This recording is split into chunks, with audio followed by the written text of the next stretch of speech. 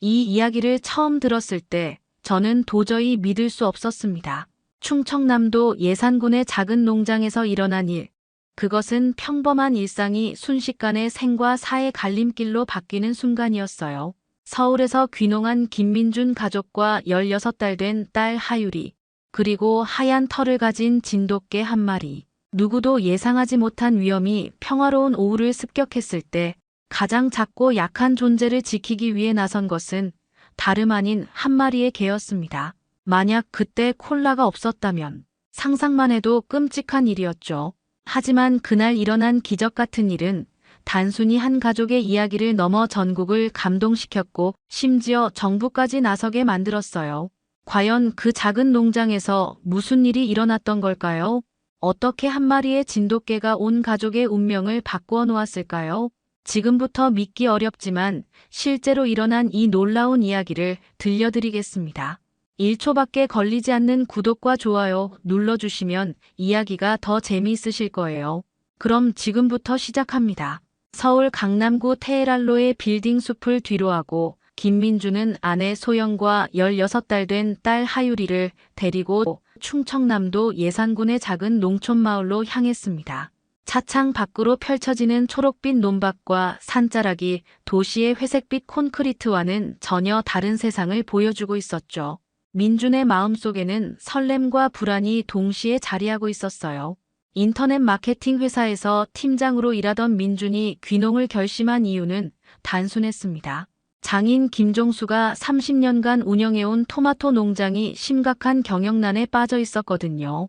유통업체가 가져가는 수수료만 40%가 넘었고 인건비 상승까지 겹치면서 적자가 눈덩이처럼 불어나고 있었어요. 종수는 평생 흙을 만지며 살아온 자부심이 강한 농부였지만 현실 앞에서는 속수무책이었죠. 민주는 자신의 전문 분야인 온라인 마케팅을 활용해 소비자 직거래 플랫폼을 만들겠다고 장인에게 제안했습니다. 중간 유통업체를 거치지 않고 농장에서 바로 소비자에게 판매하는 시스템이었어요. 하지만 종수의 반응은 차갑기만 했죠. 농사는 컴퓨터로 하는 게 아니야. 땅에서 배우는 거라고. 종수는 민준의 아이디어를 시큰둥하게 여겼습니다. 30년간 쌓아온 경험과 노하우를 믿는 그에게 젊은 사위의 인터넷 이야기는 현실성 없는 공상으로만 들렸거든요. 두 사람 사이의 미묘한 갈등은 소영을 힘들게 했어요. 농장에 도착한 첫날, 하유리는 넓은 마당을 보고 까르르 웃으며 손뼉을 쳤습니다.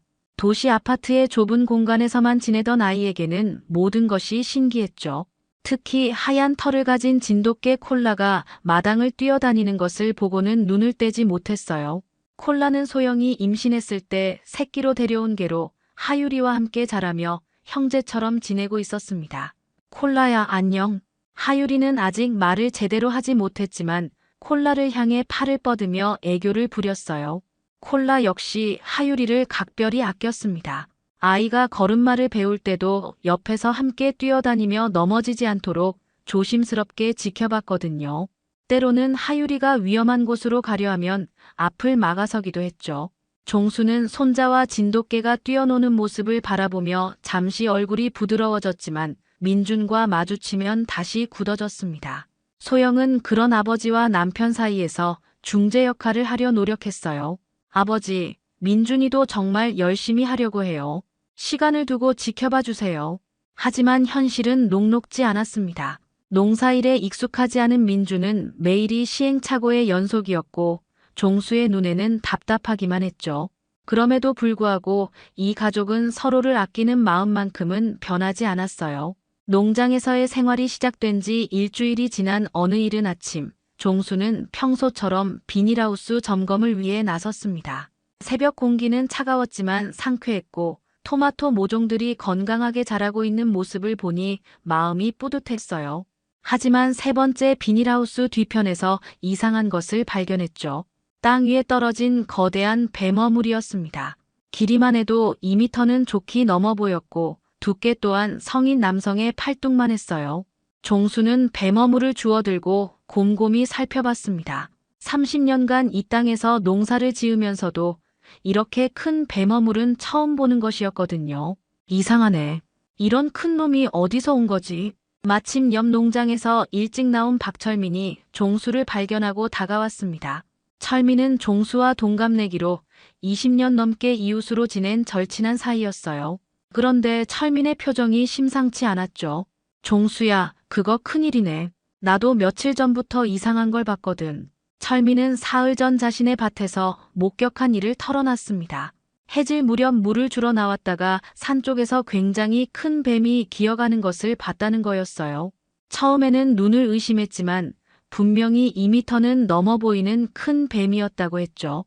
요즘 도시 사람들이 이상한 뱀들을 애완용으로 키우다가 못 키우겠다고 버리는 경우가 많다더라.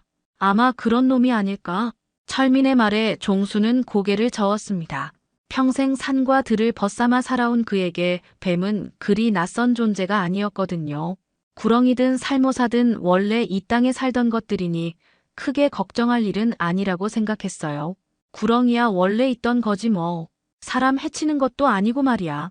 하지만 철민은 계속 걱정스러워했습니다.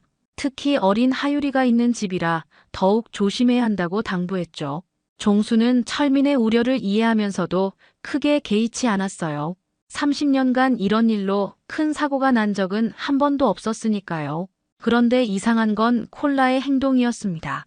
평소 온순하고 차분한 성격의 콜라가 며칠 전부터 농장 특정 구역을 계속 맴돌고 있었거든요. 특히 뱀어물이 발견된 비닐하우스 근처에서는 코를 킁킁거리며 예민한 반응을 보였어요.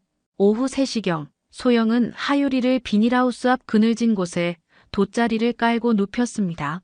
봄볕이 따스한 날씨에 아이는 금세 깊은 잠에 빠져들었죠. 콜라는 언제나처럼 하유리 곁에 자리를 잡고 지키고 있었어요. 민주는 컴퓨터 앞에서 직거래 플랫폼 구축 작업에 몰두하고 있었고 종수는 다른 밭에서 물주기를 하고 있었습니다. 평화로운 오후 시간이 흐르고 있었죠. 그런데 갑자기 콜라가 귀를 쫑긋 세우며 몸을 일으켰습니다. 온몸에 털이 곤두서기 시작했고 목 깊은 곳에서 낮고 으르렁거리는 소리가 흘러나왔어요. 평소에는 들어본 적 없는 위험을 알리는 경계음이었습니다. 콜라의 낮은 으르렁거림이 점점 격해지자 집안에서 설거지를 하던 소영이 고개를 들었습니다. 평소 얌전한 콜라가 이런 소리를 내는 건 처음이었거든요. 혹시나 해서 창문 너머로 바깥을 내다봤지만 하유리는 여전히 돗자리 위에서 평화롭게 잠들어 있었어요. 그런데 비닐하우스 뒤편 그늘진 곳에서 뭔가 움직이는 것이 보였습니다. 처음에는 호스인 줄 알았지만 자세히 보니 그게 아니었어요. 검은빛과 갈색빛이 섞인 거대한 몸통이 천천히, 아주 천천히 기어나오고 있었거든요. 소영의 숨이 멎었습니다. 그것은 상상했던 것보다 훨씬 큰 구렁이였어요. 길이만 해도 3미터는 좋게 넘어 보였고 몸통 두께는 어른 팔뚝만 했죠. 구렁이는 마치 먹이를 찾는 듯 혀를 날름거리며 주변을 살피고 있었습니다. 가장 무서운 건 구렁이가 향하고 있는 방향이었어요. 바로 하유리가 잠들어 있는 돗자리 쪽이었거든요. 구렁이는 소리 없이 느리지만 확실하게 잠든 아이를 향해 다가가고 있었습니다. 소영은 비명을 지르려 했지만 목소리가 나오지 않았어요. 다리에 힘이 빠져 주저앉을 것 같았지만 딸을 구해야 한다는 모성 본능이 그녀를 붙잡았죠. 손에 들고 있던 그릇을 떨어뜨리며 밖으로 뛰쳐나갔습니다. 하유라! 소영의 절규가 농장 전체에 울려 퍼졌어요. 그 순간 구렁이가 하유리의 작은 다리를 천천히 감기 시작했습니다. 아이는 차가운 감촉에 놀라 눈을 떴지만 무슨 일인지 이해하지 못한 채 울음을 터뜨렸어요. 하지만 구렁이의 조임이 시작되자 울음소리가 점점 작아졌습니다. 콜라는 이미 전투 태세를 갖추고 있었어요. 평소의 온순한 모습은 온데간데 없고 이빨을 드러내며 위협적인 자세를 취했죠. 구렁이와 아기 사이에 몸을 던져 막아서면서 목 깊은 곳에서 나오는 포효는 마치 늑대의 그것 같았습니다. 소영은 공포로 온몸이 마비된 듯 했어요. 다가가고 싶었지만 다리가 말을 듣지 않았고 소리를 지르고 싶었지만 목이 막혀 제대로 된 소리가 나오지 않았죠. 구렁이는 콜라의 위협에도 아랑곳하지 않고 계속해서 하유리를 조여왔습니다. 하유리의 얼굴이 점점 빨갛게 변해갔어요. 작은 손으로 구렁이를 밀어내려 했지만 16개월 된 아이의 힘으로는 어림도 없었죠. 구렁이는 본능적으로 먹이를 질식시키려 하고 있었고 시간이 흐를수록 조임은 더욱 강해졌습니다. 안 돼. 드디어 소영의 목소리가 터져 나왔어요. 콜라는 더 이상 기다릴 수 없다는 듯 구렁이를 향해 한 걸음 더 다가섰습니다. 진돗개의 혈관에 흐르는 투견의 본능이 깨어나고 있었어요. 하유리를 지켜야 한다는 사명감으로 가득 찬 콜라의 눈빛은 그 어느 때보다 날카로웠죠.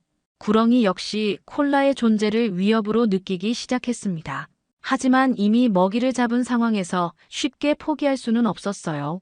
두 동물 사이의 긴장감이 극도로 치달으며 생과 사를 가르는 결정적 순간이 다가오고 있었습니다. 구렁이가 하유리를 더욱 조이려는 바로 그 순간 콜라가 번개처럼 돌진했습니다. 진돗개 특유의 민첩함과 순발력이 폭발하는 순간이었어요. 콜라는 구렁이의 머리 부분을 정확히 겨냥해 입을 벌리고 달려들었죠. 구렁이는 갑작스러운 공격에 놀라며 몸을 비틀었습니다. 하유리를 감고 있던 몸의 일부를 풀어 콜라를 향해 반격하려 했어요. 하지만 콜라의 움직임은 구렁이의 예상보다 훨씬 빨랐죠. 좌우로 몸을 날렵하게 피하면서도 구렁이의 목 부분을 놓치지 않았습니다. 드디어 콜라의 이빨이 구렁이의 목을 물었어요.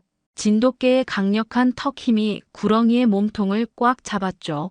콜라는 물고 있는 채로 머리를 좌우로 격렬하게 흔들어댔습니다. 마치 사냥감을 제압하는 야생 늑대의 본능이 되살아난 것 같았어요. 구렁이도 가만히 당하고만 있지 않았습니다. 거대한 몸통으로 콜라를 휘감으려 시도했죠. 하지만 콜라는 끊임없이 움직이며 구렁이의 공격을 피해냈어요. 때로는 뒤로 물러났다가 때로는 옆으로 비켜서면서도 구렁이의 목을 놓지 않았습니다. 치열한 사투가 벌어지는 사이 소영은 간신히 정신을 차렸어요. 하유리가 위험하다는 생각에 몸이 저절로 움직였죠. 먼저 휴대폰을 꺼내 119에 신고를 했습니다. 여보세요. 우리 아기가 큰 뱀한테 공격당했어요. 예산군 덕산면 상가리로 빨리 와주세요. 신고를 마친 소영은 집 앞에 있던 긴 막대기를 집어들었습니다. 정원 가꿀 때 쓰던 3m짜리 지지대였어요. 떨리는 손으로 막대기를 들고 조심스럽게 다가가 구렁이를 찔러댔죠. 콜라야 힘내. 엄마가 도와줄게. 농장 반대편에서 물을 주고 있던 종수가 소영의 비명소리를 듣고 삽을 들고 뛰어왔습니다. 상황을 한눈에 파악한 종수는 별다른 말 없이 곧바로 구렁이를 향해 삽으로 내리쳤어요. 30년 농사꾼의 굵직한 팔에서 나오는 힘이었죠. 집에서 컴퓨터 작업을 하던 민준도 소동을 듣고 달려나왔습니다. 상황을 보자마자 창고에서 곡괭이를 가져와 가세했어요. 이제 콜라 혼자가 아니라 온 가족이 힘을 합쳐 구렁이와 맞서고 있었습니다. 구렁이는 사방에서 오는 공격에 당황했어요. 더 이상 하유리를 조일 여유가 없었죠. 콜라는 이 틈을 놓치지 않고 더욱 강하게 구렁이를 물어뜯었습니다. 피가 흘러나오기 시작했지만 전혀 놓을 생각이 없었어요. 10분이 넘는 치열한 사투가 계속되었습니다. 콜라의 입에서도 피가 흘러나왔지만 구렁이 쪽이 더 많이 다친 상태였어요. 결국 구렁이가 더 이상 버틸 수 없다고 판단하고 하유리를 완전히 풀어주었습니다. 소영이 재빨리 달려가 하유리를 안아 올렸어요. 아이는 울고 있었지만 숨은 쉬고 있었죠. 그 순간 구렁이는 마지막 힘을 다해 비닐하우스 뒤편 산 쪽으로 도망쳤습니다. 콜라는 승리했지만 곳곳에 상처를 입은 채 털썩 주저앉았어요. 하지만 하유리를 향한 시선만큼은 여전히 다정했습니다. 구급차 사이렌 소리가 점점 가까워지더니 마침내 농장 입구에 도착했습니다. 응급구조사들이 들것을 들고 뛰어왔고 소영은 하유리를 꼭 안은 채 구급차에 올라탔어요. 민준과 종수도 함께 탔죠. 콜라는 별도의 차량으로 가까운 동물병원으로 이송되었습니다. 병원 응급실은 긴박했어요. 의료진들이 하유리를 응급처치실로 데려가 정밀 검사를 시작했죠. 소영은 손을 꼭 쥔 채 기도하듯 중얼거렸습니다. 괜찮을 거야. 우리 하유리 괜찮을 거야. 민주는 소영의 어깨를 감싸며 안심시키려 했지만 그 역시 불안하기는 마찬가지였어요. 종수는 복도 한쪽 구석에 서서 주먹을 꽉 쥔 채 침묵을 지키고 있었죠. 1시간 후 의사가 나왔습니다. 다행히 표정이 밝았어요. 정말 다행입니다. 가벼운 압박상 외에는 별다른 손상이 없어요. 조금만 더 늦었다면 질식으로 위험했을 텐데 때맞춰 구조되어서 생명에는 전혀 지장이 없습니다. 소영은 그 말을 듣자마자 주저앉으며 눈물을 쏟아냈어요. 그동안 꼭 참고 있던 감정이 한꺼번에 터져나온 거였죠. 민준도 안도의 한숨을 크게 내쉬었고 종수는 고개를 숙이며 고마움을 표했습니다. 선생님, 정말 감사합니다. 하유리는 곧 일반 병실로 옮겨져 하룻밤 관찰 입원을 하게 되었어요. 아이는 놀란 기색은 있었지만 금세 평소처럼 웃음을 되찾았죠. 소영이 젖병을 주자 열심히 빨아먹었고 민준이 손가락을 내밀자 꼭 잡으며 장난을 쳤습니다. 한편 동물병원에서는 콜라의 수술이 진행되고 있었어요. 수의사는 콜라의 상처를 살펴보며 감탄했습니다. 구렁이와 싸워 이긴 개는 처음 봅니다. 입 안쪽과 목 부분에 상처가 있고 몸통에도 몇 군데 타박상이 있지만 생명에는 지장이 없어요. 진돗개의 투지가 아니었다면 절대 불가능한 일이었을 겁니다. 민주는 치료비 걱정에 얼굴이 어두워졌어요. 귀농한 지 얼마 되지 않아 경제적으로 여유가 없었거든요. 그런 민준의 마음을 눈치챈 종수가 단호하게 말했습니다. 치료비는 내가 낼 테니까 걱정하지 마라. 콜라는 우리 가족 생명의 은인이야. 이런 건 돈으로 따질 일이 아니지. 그 말에 민주는 고개를 숙였어요. 평소 자신의 아이디어를 못마땅해 하던 장인이 이렇게 말해주니 가슴이 뜨거워졌죠. 장인어른 죄송합니다. 제가 더 조심했어야 했는데. 무슨 소리야. 이런 일은 누구도 예상할 수 없는 거 아니냐. 중요한 건 우리 하유리가 무사하다는 거고 그건 콜라 덕분이야. 두 사람은 콜라의 병상 앞에서 처음으로 진심 어린 대화를 나누었습니다. 위기 상황이 오히려 가족 간의 벽을 허물어 준 거였어요. 마취에서 깨어난 콜라는 붕대에 감긴 채로도 꼬리를 살랑거렸습니다. 종수가 머리를 쓰다듬자 힘없이 혀를 내밀며 애교를 부렸어요. 다음 날 아침 하유리는 완전히 회복된 모습으로 퇴원했습니다. 집으로 돌아오자마자 아이는 콜라 하며 찾았어요. 아직 제대로 말하지 못하지만 자신을 구해준 콜라를 기억하고 있는 것 같았죠. 하유리와 콜라가 무사히 집으로 돌아온 다음 날 예상치 못한 일이 벌어졌습니다. 지역 방송국에서 취재진이 농장을 찾아온 거였어요. 어제 병원에서 일어난 일이 입소문을 타고 퍼지면서 기자들의 관심을 끌게 된 것이었죠. 진돗개가 대형 구렁이로부터 아기를 구한 기적 같은 이야기라고 들었는데 취재를 허락해 주시겠습니까? 소영과 민주는 당황했어요. 평범한 일상이 갑자기 뉴스거리가 될 줄은 꿈에도 생각하지 못했거든요. 하지만 콜라의 용기를 많은 사람들에게 알리는 것도 의미가 있을 것 같아서 취재에 응했습니다. 카메라가 돌아가기 시작하자 종수가 차분하게 어제 있었던 일을 설명했어요. 30년 농사를 지으면서 이런 일은 처음이었습니다. 그런데 콜라가 아니었다면 정말 큰일 날 뻔했어요. 이 개는 단순한 애완동물이 아니라 우리 가족의 생명을 구해준 은인입니다. 민준도 콜라와 하유리의 특별한 관계에 대해 이야기했죠. 콜라는 하유리가 태어나기 전부터 우리 가족이었어요. 아이와 함께 자라면서 형제처럼 지냈는데 정말 위험한 순간에 목숨을 걸고 하유리를 지켜줬습니다.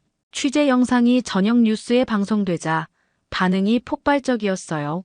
동물병원에는 콜라의 안부를 묻는 전화가 쇄도했고 치료비를 도와주겠다는 제안도 잇따랐습니다. 수의사는 이런 상황이 신기하다며 웃었어요. 개 한 마리 때문에 이렇게 많은 관심을 받는 건 처음 봅니다. 콜라가 정말 대단한 일을 해낸 거네요. 소식은 인터넷을 통해 더욱 빠르게 퍼졌습니다. 소셜미디어에서는 영웅견 콜라라는 해시태그가 등장했고 진돗개의 충성심과 용기를 칭찬하는 댓글들이 넘쳐났어요. 전국 각지에서 격려 메시지가 농장으로 날아들었죠. 며칠 후에는 예산 군수가 직접 농장을 방문했습니다. 콜라에게 모범 반려동물 표창장을 수여하기 위해서였어요. 군수는 콜라의 머리를 쓰다듬으며 말했습니다. 이런 용감한 개가 우리 예산군에 있다는 게 자랑스럽습니다. 진돗개의 우수성을 전국에 알려준 콜라에게 감사드려요. 예상치 못한 부수 효과도 나타났습니다. 농장이 유명해지면서 민준이 구상하고 있던 직거래 플랫폼에 대한 관심도 높아진 거였어요. 뉴스를 본 사람들이 용감한 진돗개가 지키는 농장의 토마토에 관심을 보이기 시작했죠. 민주는 기회를 놓치지 않고 바찍송이라는 온라인 플랫폼을 정식으로 오픈했습니다. 콜라의 이야기와 함께 농장의 역사, 종수의 30년 노하우, 그리고 중간 유통업체 없는 직거래의 장점을 소개했어요. 첫 주문이 들어왔을 때 종수는 믿을 수 없다는 표정이었어요.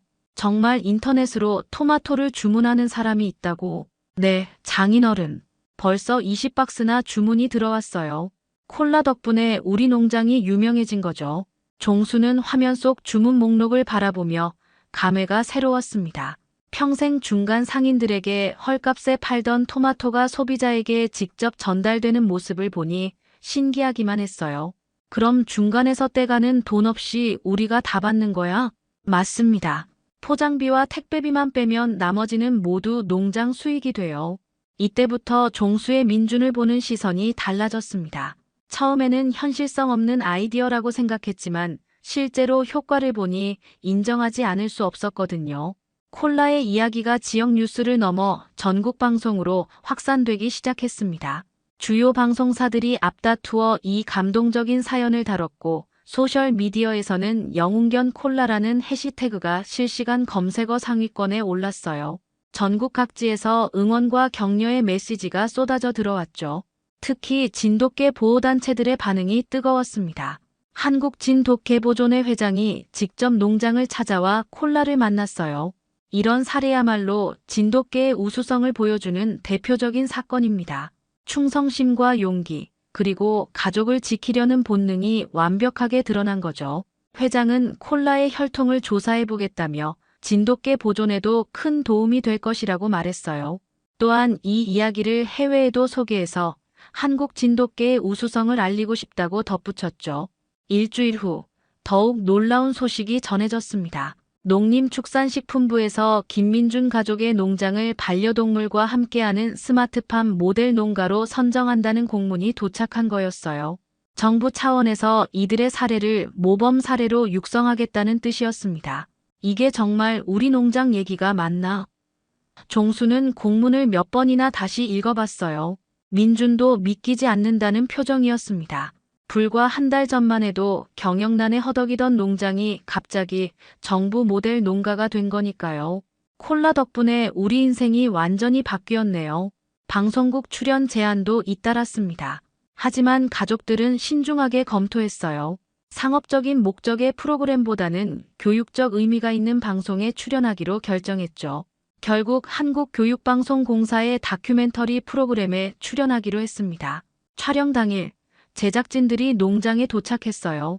동물 행동 전문가도 함께 와서 콜라의 행동을 분석했습니다. 구렁이는 힘이 매우 강해서 성인 남성도 위험할 수 있습니다. 하지만 진돗개의 본능과 용기, 그리고 가족에 대한 애착이 기적을 만들어낸 거죠. 특히 콜라가 보여준 판단력과 행동력은 정말 놀랍습니다. 전문가는 콜라가 단순히 용맹하기만 한 게 아니라 상황을 정확히 판단하고 최적의 공격 지점을 찾아 행동했다는 점을 높이 평가했어요. 촬영 과정에서 하유리와 콜라의 일상도 담았습니다. 아이는 이제 걸음마를 제법 잘 걸었고 콜라는 여전히 하유리 곁을 지키며 다녔어요. 둘이 농장을 돌아다니며 노는 모습은 보는 이들의 마음을 따뜻하게 했죠. 콜라가 없었다면 지금의 우리 가족도 이 농장도 없었을 겁니다. 소영이 카메라 앞에서 진심을 담아 말했어요. 종수도 인터뷰에서 자신의 마음을 털어놨습니다. 30년 농사 지으면서 이런 일이 있을 줄이야. 콜라 덕분에 우리 농장이 전국에 알려졌고 사위의 아이디어도 성공할 수 있었어요. 이제는 인정합니다. 농사도 시대에 맞게 변해야 한다는 걸 말이죠. 민주는 전통과 혁신이 어떻게 조화를 이룰 수 있는지에 대해 이야기했어요. 장인어른의 30년 경험과 노하우, 그리고 제가 가진 기술이 합쳐져서 시너지 효과를 낸 것 같습니다. 콜라가 그 계기를 만들어준 거죠. 방송이 나간 후 반응은 폭발적이었습니다. 시청자들은 콜라의 용기에 감동했을 뿐만 아니라 세대 간 갈등을 극복하고 화합을 이룬 가족의 모습에도 큰 감명을 받았어요. 온라인 쇼핑몰 바찍송에는 주문이 폭주했고 다른 농가들도 참여하고 싶다는 문의가 끊이지 않았습니다. 사건이 일어난 지 2달이 지나자 농장에는 완전히 새로운 일상이 자리 잡았습니다. 콜라는 상처가 모두 나으면서 예전보다 더욱 든든한 하유리의 친구가 되었어요. 아이는 이제 걸음마를 제법 잘 걸었고 콜라는 여전히 그림자처럼 하유리를 따라다니며 지켰죠. 바칙송 플랫폼은 예상을 뛰어넘는 성공을 거두었습니다. 초기에는 콜라의 이야기에 관심을 가진 사람들이 주문했지만 이제는 토마토의 품질을 인정받아 단골 고객들이 생겼어요. 중간 유통업체를 거치지 않으니 가격도 합리적이었고 신선도도 훨씬 좋았거든요. 종수는 이제 민준의 아이디어를 완전히 받아들였습니다. 30년간 쌓은 농사 경험과 민준의 인터넷 기술이 결합되니 상상 이상의 결과가 나왔거든요. 두 사람은 매일 아침 함께 농장을 둘러보며 하루 계획을 세웠어요. 오늘은 새로 심은 방울토마토 모종을 확인해보자.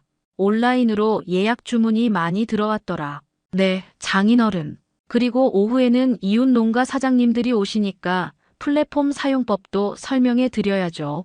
놀랍게도 인근 농가들이 바칙송 플랫폼에 참여하고 싶다고 요청해 온 거였어요. 박철민을 비롯해서 5농가가 추가로 합류했죠. 각자 전문 작물이 달랐기 때문에 플랫폼의 다양성도 풍부해졌습니다. 민주는 플랫폼을 확장하면서도 각 농가의 특색을 살리는데 집중했어요.